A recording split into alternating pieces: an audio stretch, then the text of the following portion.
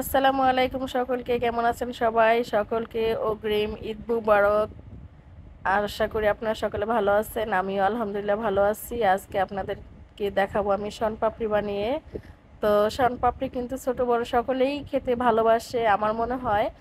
আর সেই কারণে আমি শনপাপড়িটা বানিয়ে আপনাদেরকে দেখাচ্ছি। আর শনপাপড়িটা বানানো কিন্তু খুবই সোজা আর একদমই মানে অল্প সময়ে হয়ে যায়। তো দেখতে থাকুন আমি কীভাবে বানাই। তো প্রথমে আমি কড়াইয়ের মধ্যে দিয়ে দিচ্ছি 1 বাটি ময়দা।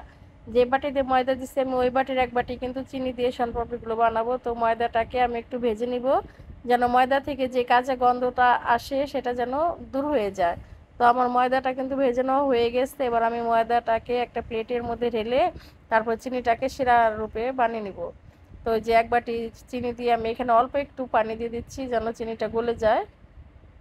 বেশি পানি দেওয়ার কোনো দরকার নাই, অল্প পানি দিলেই হবে। তো চিনিটাকে আমি একটু নেড়ে নিচ্ছি।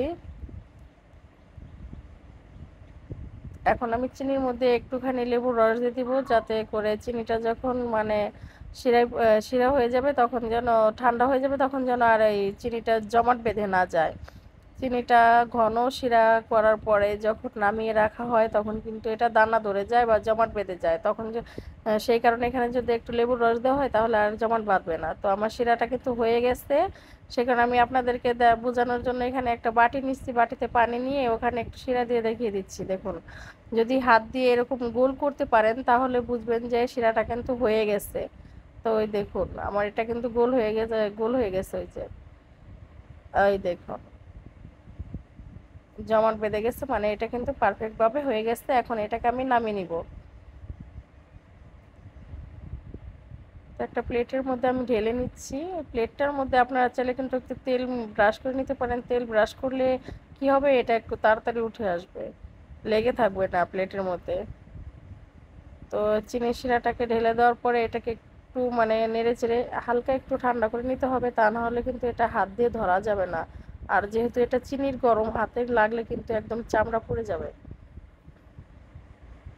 আর এই শনপাপড়িটা আবার গরম অবস্থাতেই বানাতে হবে। তো আমি হালকা একটু নেড়ে চেড়ে ঠান্ডা করে নিচ্ছি। বেশি ঠান্ডা হয়ে গেলে বানানো যাবে না, শক্ত হয়ে যাবে।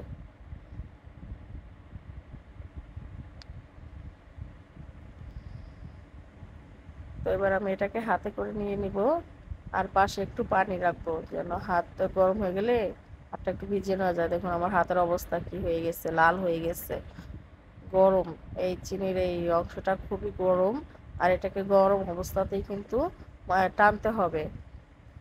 তো আমি এটাকে কিছুক্ষণ টেনে তারপরে গোল রিং করে ময়দার মধ্যে দিয়ে আমি এটাকে ঘুরিয়ে ঘুরিয়ে ঘুরিয়ে ঘুরিয়ে শনপাপড়ি বানিয়ে নিব। আর এই ভিডিওটি দেখতে দেখতে যদি আপনাদের কাছে একটু হলেও ভালো লাগে তাহলে প্লিজ আমার চ্যানেলটি সাবস্ক্রাইব করবেন, লাইক কমেন্ট শেয়ার করবেন। আর যদি ফেসবুক পেজ থেকে দেখে থাকেন পেজটি ফলো করে দিবেন।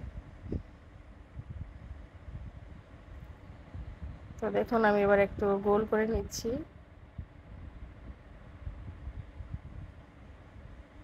আর এটা পেঁচাবো এখন আমি।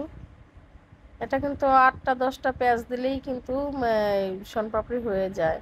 আর যারা একটু মোটা খেতে চান তারা বেশি পেঁয়াজ না দিলে হবে। আমি এটা বুঝতে পারিনি, আমারটা একটু বেশি পেঁয়াজ হয়ে গেছে দেখে চিকন হয়ে গেছে।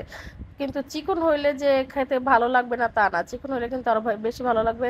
মুখে দিলে একদম হাওয়াই মিঠার মতো কিন্তু হয়ে যাবে। তো দেখুন পেঁচাচ্ছি আর বানাচ্ছি, একদম ওই যে লাচ্ছা সেমাই যেরকম বানায় ওরকম।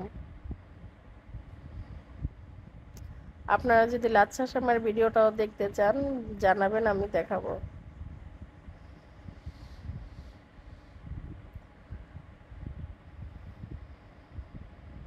দেখুন, আর যারা একটু মোটা খেতে চান তারা কিন্তু এই যে এখন যে পর্যায়ে আছে এই পর্যায়ে আর না টানাটানি করলেই হয়ে যাবে।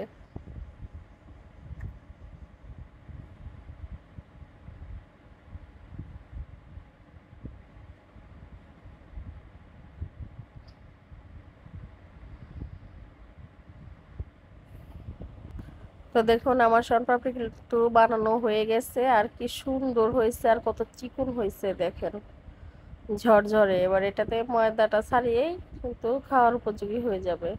তো আমি শনপাপড়িগুলো একটু একটু করে ছিঁড়ে ছিঁড়ে গোল গোল করে নিচ্ছি, দেখতে সুন্দর আর বাচ্চারাও খেতে পারবে আরামে। সেই জন্য তো দেখুন হয়ে গেছে, আর আমি একটা ভেঙে দেখাচ্ছি কত সুন্দর দেখুন। তো আপনারা সকালে ভালো থাকবেন, সুস্থ থাকবেন। আল্লাহ হাফেজ।